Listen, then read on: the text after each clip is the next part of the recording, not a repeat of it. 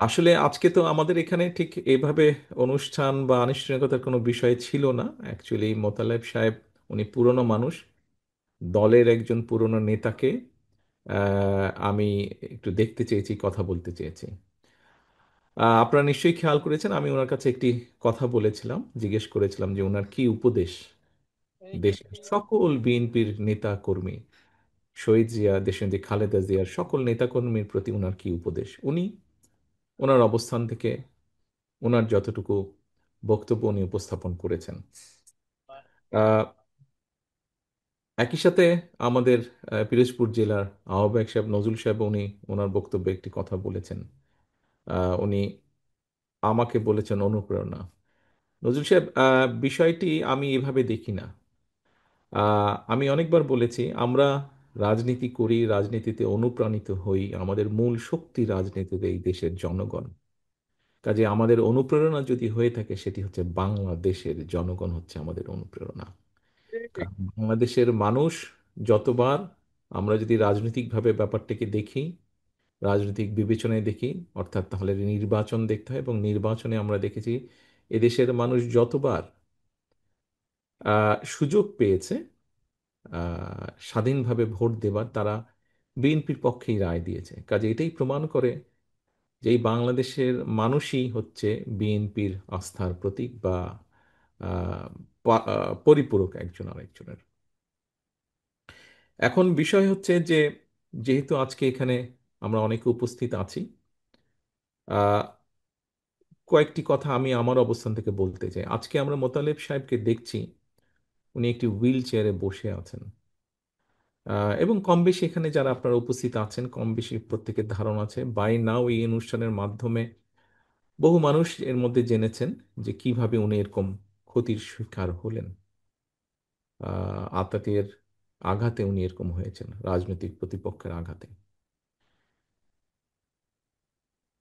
প্রিয় সহকর্মী বৃন্দ, প্রিয় উপস্থিতি বৃন্দ, আমি বহু বছর যাবৎ প্রবাসে আছি, থাকতে বাধ্য হয়েছি আমি বিভিন্ন কারণে। সেই প্রসঙ্গে আমি গেলাম না বিস্তারিত আলোচনায়। দেখুন, আমাদের সহ, আমাদের দলের সহ বহু মানুষ বিভিন্নভাবে, বিগত 17 বছর তো অবশ্যই, গত বছর জুলাই মাসে তো অবশ্যই অবশ্যই, এবং তারও আগে বিভিন্ন সময়ে মানুষের অধিকার প্রতিষ্ঠা করার জন্য, সেটি ভোটের হোক, রাজনৈতিক হোক, সাধারণ মানুষের অর্থনৈতিক স্বাধীনতার ক্ষেত্রেই হোক, বহু আন্দোলন হয়েছে দেশে, বহু সংগ্রাম হয়েছে, বহু নির্যাতন হয়েছে, বহু মানুষ শহীদ হয়েছে। আসুন আমরা সকলে মিলে, অনেক হয়েছে, ইনাফ, বহু মানুষ নির্যাতিত হয়েছে, বহু মানুষ হত্যা হয়েছে, শহীদ হয়েছে, ইনাফ। আসুন আমরা সকলে একটা জায়গায় আসি, মতভেদ ভেদাভেদ কমিয়ে নিয়ে আসি। আমরা আমরা কথা বলি। বিভিন্ন রাজনৈতিক দল আছে, তাদের বিভিন্ন আদর্শ থাকতেই পারে, সেটাই থাকাটা স্বাভাবিক। আমরা বহুদলীয় রাজনীতিতে বিশ্বাস করি, বিভিন্ন রকম মত মত থাকবেই, এটাই স্বাভাবিক। পৃথিবীতে সব গণতান্ত্রিক দেশেই এটা আছে। বাট আসুন আমরা সেই ঝগড়া ফ্যাসাদ থেকে কিছুটা হলেও দূরে সরে আসি।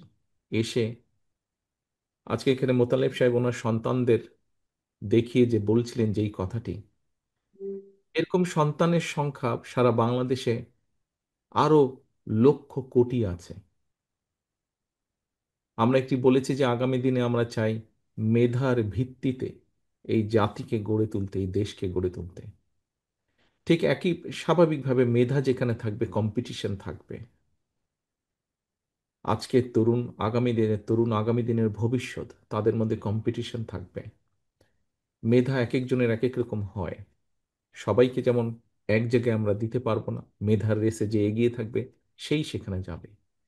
কিন্তু যারা যেতে পারবে না, তাদেরকেও আমাদের ব্যবস্থা করতে হবে।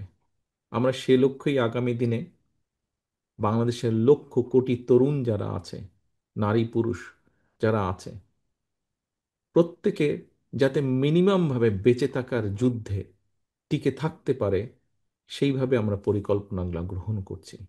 যাতে মোতালেব সাহেবের পরিবারে যেমন সন্তানরা এখনো সকলে ব্যবস্থা করতে পারেনি। কিন্তু ভবিষ্যতে যাতে এই সন্তানেরা কোনো না কোনোভাবে নিজের সৎ পথে উপার্জনের ব্যবস্থা করে নিতে পারে, আমরা আমাদের পরিকল্পনাগুলোকে সেভাবে সাজাতে চাচ্ছি।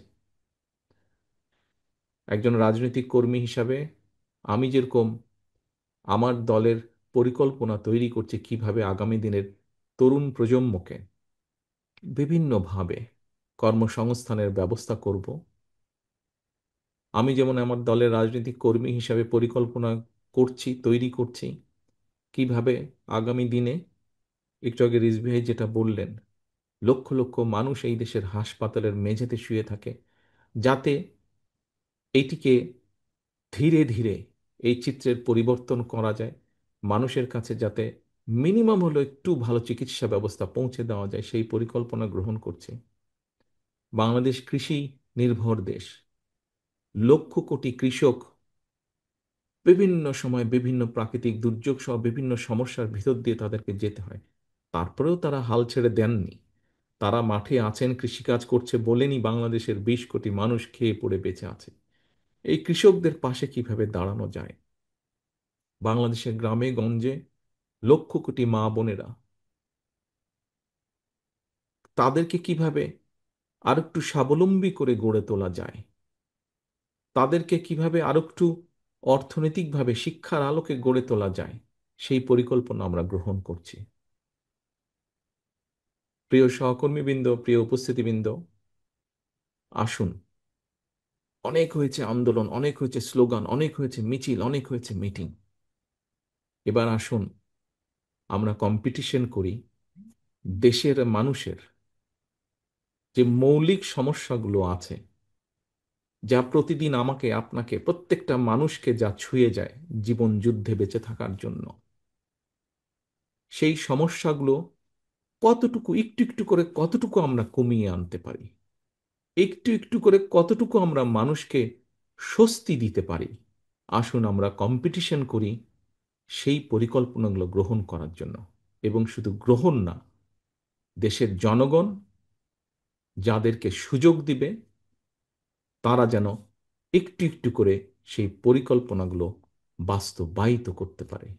এই হোক আমাদের আগামী দিনের রাজনীতি, এই হোক আমাদের আগামী দিনের বাংলাদেশ এবং বাংলাদেশের মানুষের জন্য রাজনীতি, যাতে ভবিষ্যতে রাজনৈতিক মতপার্থক্য থাকতেই পারে, কিন্তু তার জন্য একজন মানুষকে শারীরিকভাবে আঘাত করতে যাতে না হয়, আঘাতপ্রাপ্ত যাতে না হন।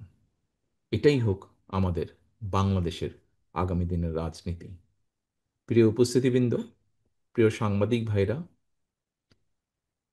আপনাদের মাধ্যমে আমি সারা বাংলাদেশে আমার দলের যত নেতাকর্মী আছে, সারা বাংলাদেশের যত গণতান্ত্রিক মানুষ আছেন, সবার কাছে আমার এই কথাগুলো পৌঁছে দিতে চাই।